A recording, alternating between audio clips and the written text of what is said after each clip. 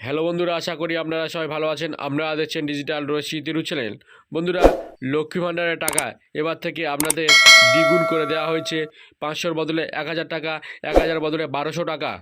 এই ভিডিওর মাধ্যমে আপনারা জানতে পারবেন কোন মাস থেকে আপনারা টাকা পাবেন, কারা কারা এই টাকা পাওয়ার যোগ্য, কে কত টাকা পাবেন, এই টাকা পেতে গেলে আপনাদেরকে কি কাজ করতে হবে, কোথায় আপনাদের ফর্ম আপনারা জমা দেবেন, সমস্ত কিছু আজকের এই ভিডিওর মাধ্যমে আপনাদেরকে জানিয়ে দেওয়া হবে।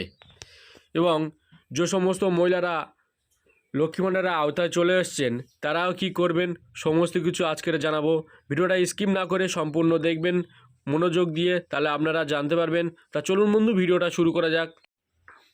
মমতা বন্দ্যোপাধ্যায়ের অন্যতম জনকল্যাণকারী প্রকল্পগুলির মধ্যে একটি হলো লক্ষ্মী ভাণ্ডার প্রকল্প।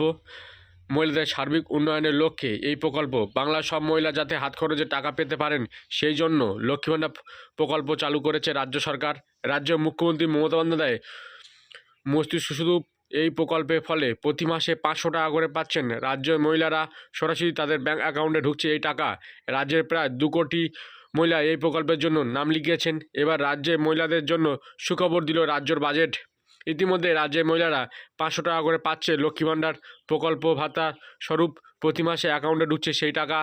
এর মধ্যে আজ লক্ষ্মী ভাণ্ডার নিয়ে বড় ঘোষণা রাজ্যে।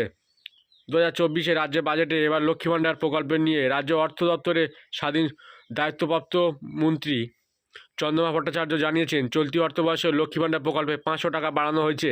নতুন ঘোষণার ফলে লক্ষ্মী ভাণ্ডার ভাতা স্বরূপ 1000 টাকা করে পাবেন মহিলারা।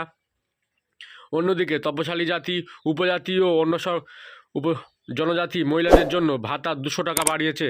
অর্থাৎ এসসি, এসটি, ওবিসি মহিলারা পাবেন এবার থেকে 1200 টাকা। আর সাধারণ যে সমস্ত মহিলারা 500 টাকা পেতেন তারা 1000 টাকা করে পাবে।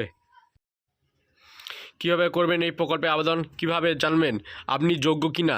এর মধ্যে রাজ্যের মহিলাদের জন্য সুখবর দিয়েছে নবান্ন। লক্ষ্মী ভাণ্ডার প্রকল্পের জন্য আবেদন করার পদ্ধতি আরও সহজ করা হয়েছে। এতদিন লক্ষ্মী ভাণ্ডারে আবেদন করতে হয়েছে দুয়ারে সরকারি শিবিরে গিয়ে, কিন্তু এবার এই নিয়মের বড় বদল নিয়ে এসেছে রাজ্য সরকার। জানানো হয়েছে শুধুমাত্র দুয়ারে সরকার শিবির নয়, এবার থেকে লক্ষ্মী ভাণ্ডার প্রকল্পের জন্য সারা বছর আবেদন করা যাবে। এই নিয়ে সম্প্রতি একটি বিজ্ঞপ্তি জারি করেছে নবান্ন।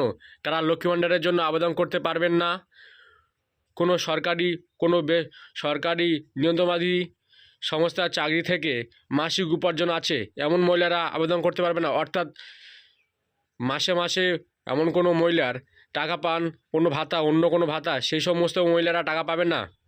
সাধারণ মহিলারা যাতে কর্মরত নন তারা এই প্রকল্পের সুবিধার জন্য আবেদন করতে পারবেন। সাধারণ মহিলারা মাসে এবার 1000 টাকা করে পাবেন। আদিবাসী তপশালী জাতির মহিলারা এবার থেকে 1200 টাকা করে পাবেন। কোনো বিধি সংস্থা, পঞ্চায়েতের পৌরনজ্ঞ, পৌরসভা চাকরি থেকে মাসিক উপার্জন করে রয়েছে এমন মহিলারা পাবেন না। আবেদন করতে কোনো স্থায়ী সংশ্লিষ্ট সংস্থা, সরকার পোষিত শিক্ষা প্রতিষ্ঠানের মাধ্যম ইত্যাদির মধ্যে যারা টাকা পান তারা পাবেন না। সামনে লোকসভা নির্বাচন, তাই আরও বেশি মহিলাকে এই প্রকল্পের সুবিধা দিতে চাইছে নবান্ন।